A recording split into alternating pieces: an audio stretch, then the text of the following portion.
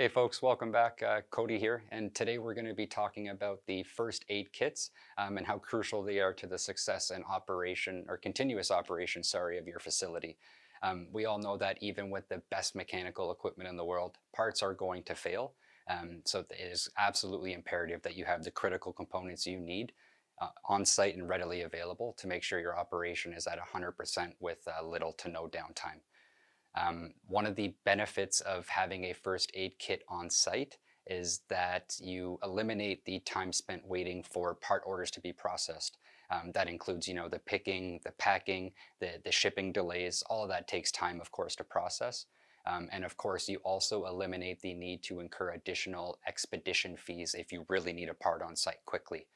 Um, Another good thing about the first aid kits is that should you need to use a part during the warranty term, we will actually replenish the part to you at no additional cost.